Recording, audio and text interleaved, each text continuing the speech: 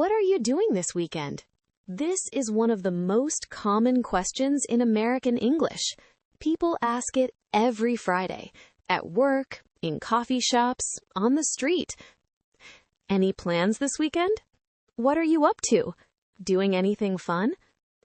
If someone asks you one of these questions, do you know how to answer? Can you talk about your plans in English? If not, today is your day. Hello and welcome back to English Journey Studio.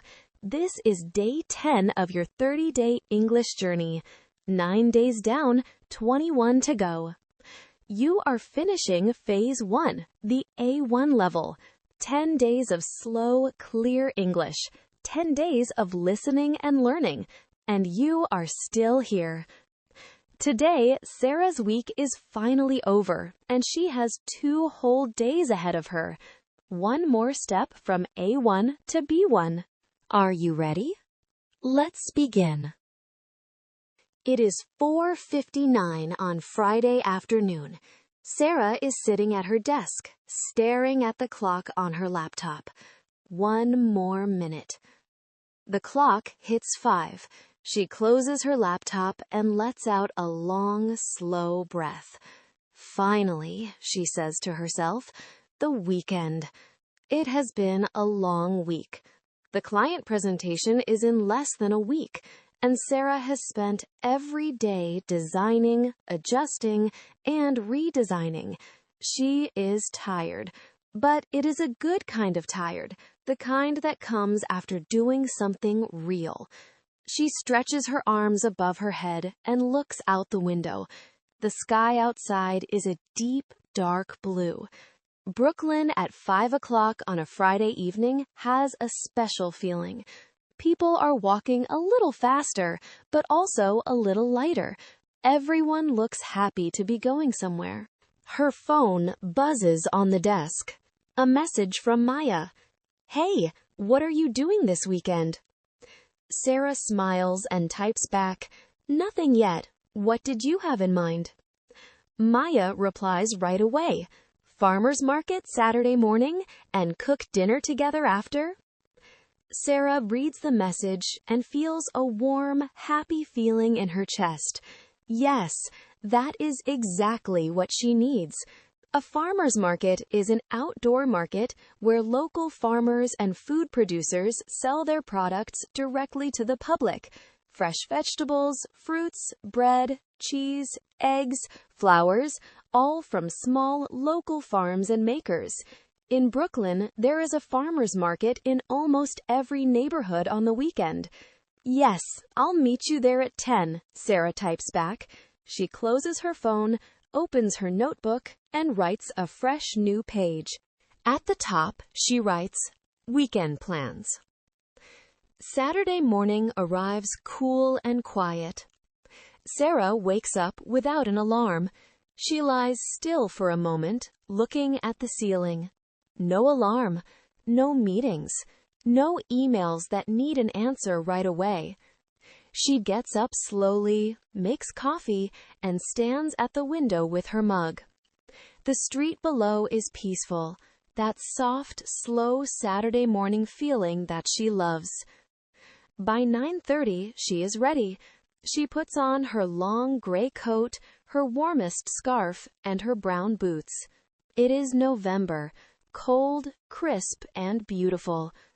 The farmer's market is 4 blocks away, in a small square near Prospect Park. She walks there slowly, looking at the neighborhood around her. She passes a bakery that is just opening. The smell of fresh bread drifts out onto the street. She passes a man walking a large, cheerful golden retriever. She passes a little girl helping her father carry a bag of groceries. Maya is already at the market when Sarah arrives. She is standing near a table full of apples, red, green, and golden yellow. Over here, Maya calls, waving. They walk through the market together. There are tables covered in autumn vegetables, carrots, butternut squash, sweet potatoes, onions, garlic. There are baskets of fresh bread, sourdough, whole wheat, rye. There are small jars of jam and local honey. There are even flowers, orange, yellow, and deep burgundy. Sarah picks up a bundle of tomatoes on the vine, a head of garlic, fresh basil, and a jar of honey. She also buys a small bunch of orange flowers for her kitchen table just because they are beautiful. "This is my favorite part of the weekend," she says. Maya smiles. "Same." Back at Sarah's apartment, they put everything on the kitchen counter. Tomatoes, garlic, basil, olive oil, dried pasta. And coffee first, of course. While the coffee brews, they sit at the kitchen table and talk. In English, there are many ways to make plans with a friend. "What are you up to?" This is a casual, friendly way to ask about someone's plans. "Do you want to?" A simple invitation. "I'm thinking of." You use this when your plans are not final yet. "Let's." A direct suggestion. "Let's cook dinner." "Let's go for a walk." "How about?" Another way to suggest something. "How about the farmer's market?" These small phrases make your English sound natural and friendly. After coffee, they start cooking. Sarah chops the tomatoes. Maya crushes the garlic and adds it to the pan with olive oil. To chop means to cut food into small, even pieces. To crush means to press something hard until it breaks open. The kitchen fills with wonderful smells: warm garlic, tomatoes, olive oil. Sarah loves this. Cooking with a friend on a cold afternoon. It is one of her favorite things. The pasta takes 30 minutes. When it is ready, they carry their bowls to the table and sit down. They eat slowly. "This is so good," Maya says. "Right?" Sarah smiles. Fresh ingredients make everything taste better. After dinner, they drink tea and keep talking. Outside, the sky is dark. The city is quiet. Two good friends in a warm kitchen. This is what a Saturday evening should feel like. Sunday morning. Sarah sleeps until 9. She opens her eyes slowly. No plans until the afternoon. She feels rested and calm. Americans have a phrase for days like this: a slow Sunday. A slow Sunday is a day when you do not rush. You take your time. You rest. You only do what you feel like doing. Sarah makes eggs and toast for breakfast. She puts on soft jazz music. She eats slowly, looking out the window. After breakfast, she does a few chores. Chores are the small, everyday tasks you do to keep your home clean and organized. She wipes down the kitchen counters. She vacuums the living room floor. She does a load of laundry. To vacuum means to clean the floor with a machine that sucks up dirt and dust. A load of laundry means one full cycle of clothes in the washing machine.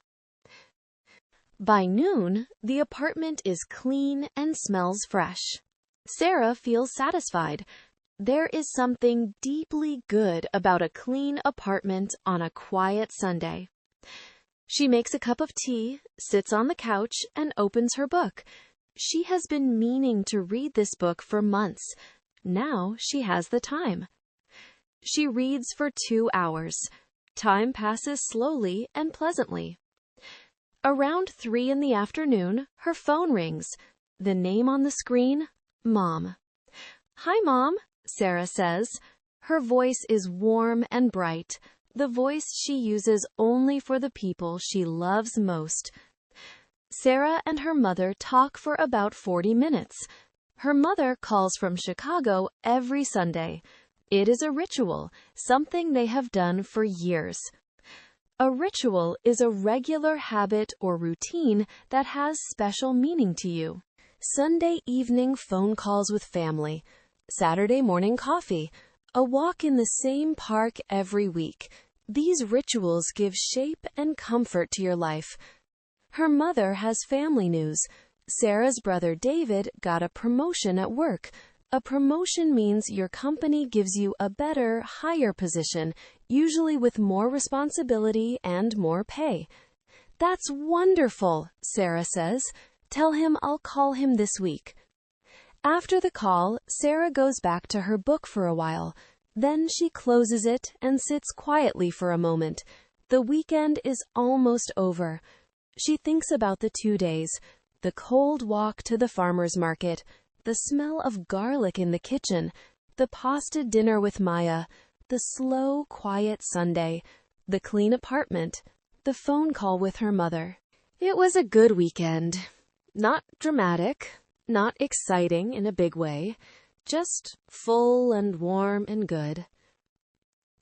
She opens her notebook one more time. She writes, Monday, back to work, designs for November 5th. The weekend is done, but right now it is still Sunday evening. The apartment is warm, the city is quiet. Sarah makes one last cup of tea and sits by the window. She watches the lights of Brooklyn below. Today, Sarah had a full and happy weekend. She went to the farmer's market with Maya. She cooked a warm dinner and talked for hours. She had a slow, quiet Sunday, reading, cleaning, and calling her mother. These are the small things that make a good life. Quick vocabulary review. A weekend, Saturday and Sunday, the days off from work. A farmer's market, an outdoor market with fresh, local food. To chop, to cut food into small pieces. To vacuum, to clean the floor with a vacuum machine. A load of laundry, one full cycle in the washing machine. Chores, small, everyday tasks to keep your home clean. A ritual, a regular habit with special personal meaning. A promotion, a better job position at the same company. If you finished today's episode, type Day 10 done in the comments right now. Tomorrow is Day 11. We'll go to a cafe with Sarah. Keep listening, keep learning. See you tomorrow.